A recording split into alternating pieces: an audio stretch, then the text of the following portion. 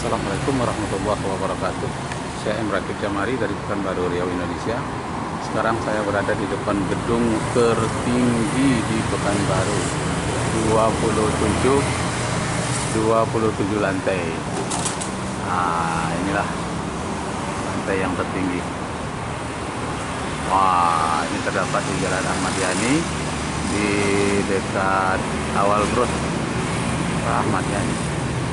Ini yang tertinggi 27 lantai. Ini nanti yang di bawah. Kabarnya lantai yang tertinggi itu di atas adalah apartemen atau semacam rumah susun elit. Nah, itu di atas. Sedangkan di bawahnya ini adalah tempat bisnis. Sedangkan di atasnya merupakan tempat tinggal. Inilah gedung yang tertinggi. Sedangkan di sebelahnya ini adalah rumah sakit Awal Bros yang terbaru, kecil, terbaru karena Awal Bros itu di Riau sudah begitu banyak. Ini di Jalan Ahmad Yani. Sedangkan ini adalah rumah makan Pondok Kampar, gulai asam pedas, baung tapah. Nah, ini kemudian yang di depan saya ini lapangan bengkel Jalan Ahmad Yani. Kemudian di depannya itu ini adalah tempat makan yang murah ya, tak mahal, terjangkau oleh mahasiswa dan masyarakat pada umumnya. Banyak yang berhenti di sini, juga pegawai-pegawai. Nah, inilah gedung yang tertinggi itu. Dan akhirnya dalam perjalanan ini saya kembali akan membacakan ayat-ayat Al-Quranul Karim. Semoga perjalanan ini mendapat berkah. Bismillahirrahmanirrahim. Allahu Akbar. Adapun ayat-ayat yang saya bacakan di dalam perjalanan ini adalah dari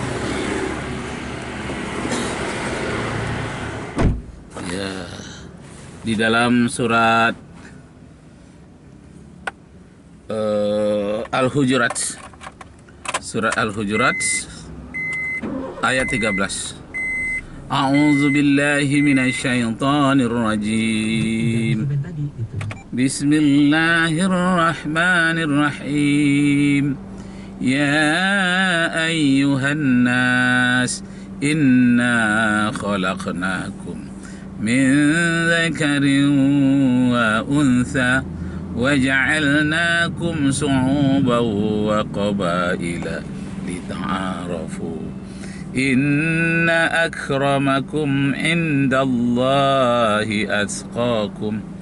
Artinya, hai sekalian manusia, Allah menciptakanmu dari laki-laki dan wanita, berpasang-pasangan, bersuku-suku, berbangsa-bangsa, dan di antara manusia yang sekian banyaknya itu, yang paling mulia pada sisi Allah adalah orang-orang yang bertakwa.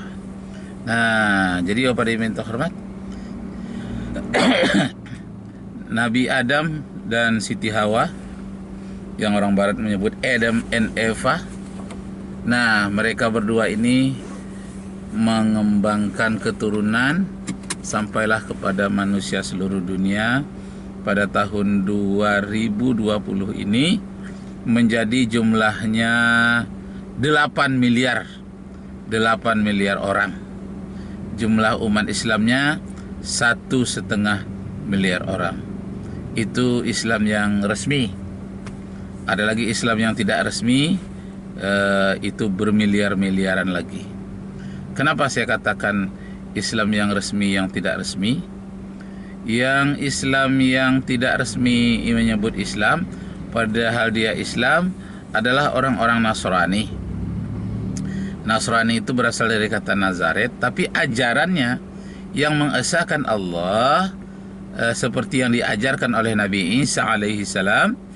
Umpamanya di dalam kitab Markus pasal 12 ayat 29, bahwa hukum yang tertinggi ialah mengakui Allah satu-satunya Tuhan. Nah, juga disebutkan di dalam kitab Yohanes pasal 17 ayat 3 bahwa orang yang beriman sebetulnya adalah orang yang mengakui Allah satu-satunya Tuhan dan Nabi Isa sebagai utusan. Jadi di dalam bahasa Arabnya asyhadu an la ilaha illallah wa asyhadu anna Isa Rasulullah. Nah, sesuai dengan waktunya pada waktu itu yang menjadi utusan Allah Rasulullah adalah Nabi Isa alaihissalam. Kalau sekarang umat Nabi Muhammad tentulah Muhammad sallallahu alaihi wasallam dengan syahadatnya asyhadu an la ilaha illallah wa asyhadu anna Muhammadar Rasulullah. Nah, kembali kita kepada Islamnya orang Nasrani, yakni Islamnya yang mengesahkan Allah. Nah, itu masih ada di dalam kitab-kitab mereka yang belum terpengaruh oleh Romawi.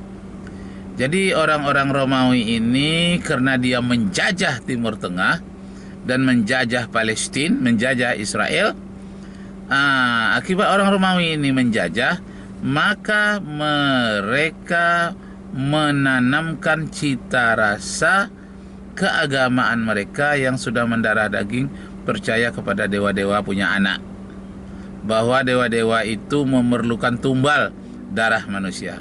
Inilah yang pokok ajarannya, bahwa Tuhannya itu punya anak, dewa-dewa maksudnya. Ada dewa Apollo, dewa bermacam-macam lagi, Hercules. Nah, di India juga banyak macam-macam dewa juga punya anak.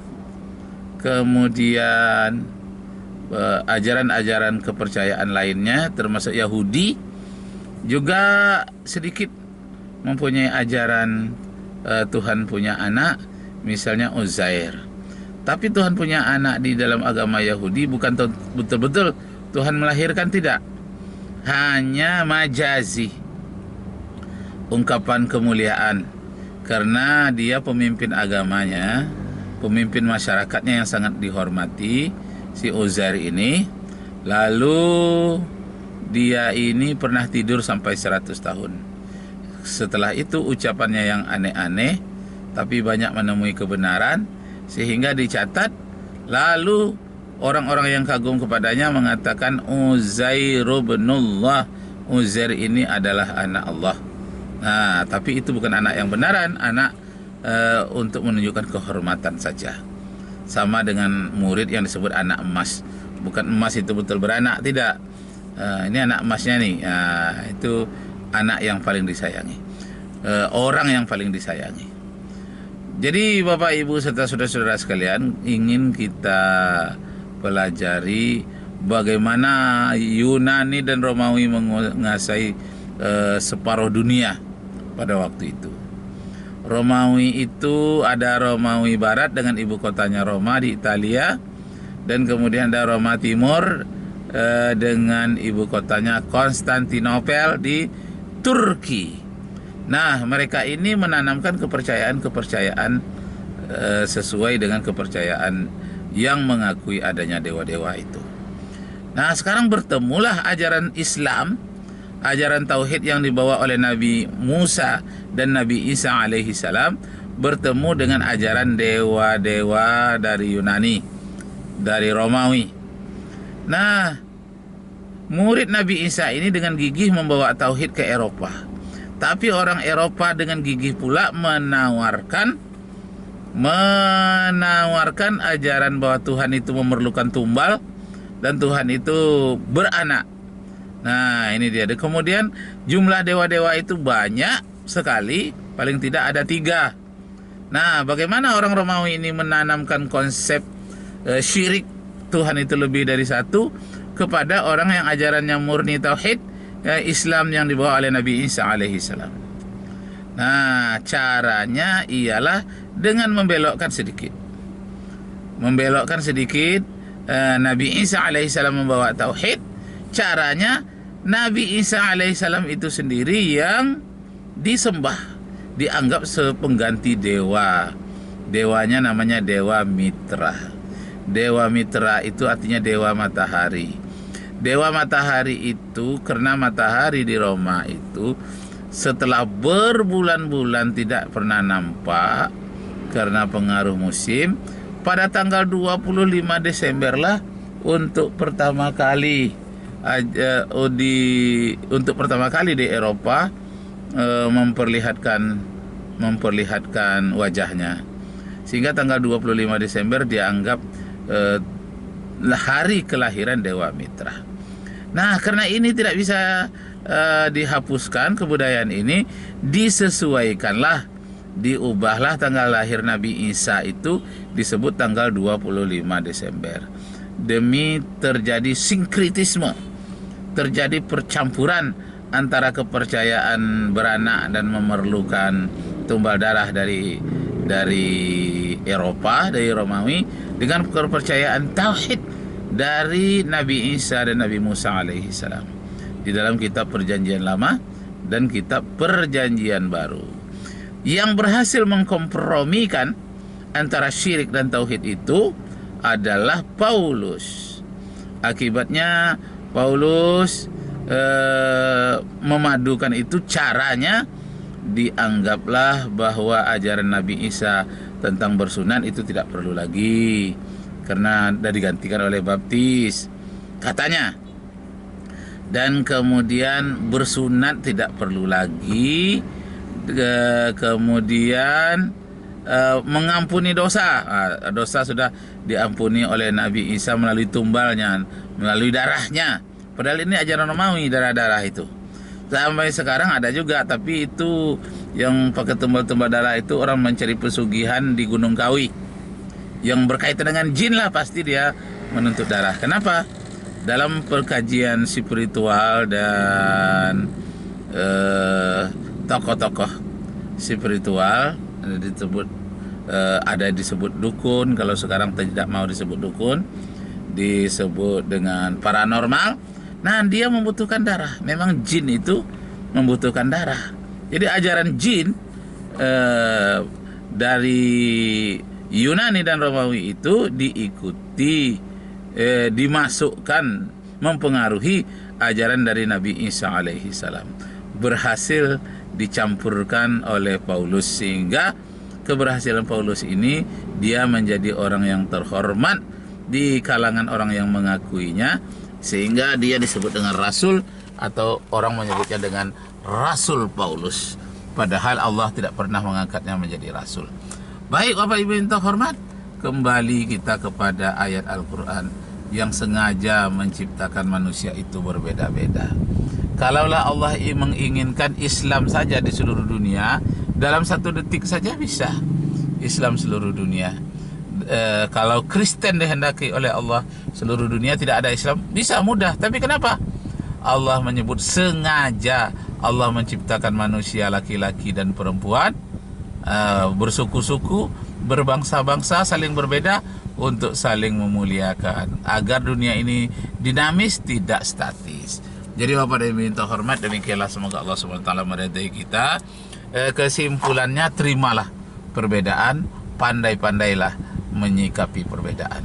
Terimalah perbedaan suku, bangsa, perbedaan kelamin laki-laki, perempuan, perbedaan agama tauhid dan agama syirik itu pasti ada. Cuma berdakwahlah dengan cara yang baik, bil hikmah wal mau'izatil hasanah. Demikian Bapak Ibu saudara-saudara sekalian, semoga alhamdulillah, semoga Allah meridai kita semua. Wabillahi taufik wal hidayah. Wassalamualaikum warahmatullahi wabarakatuh.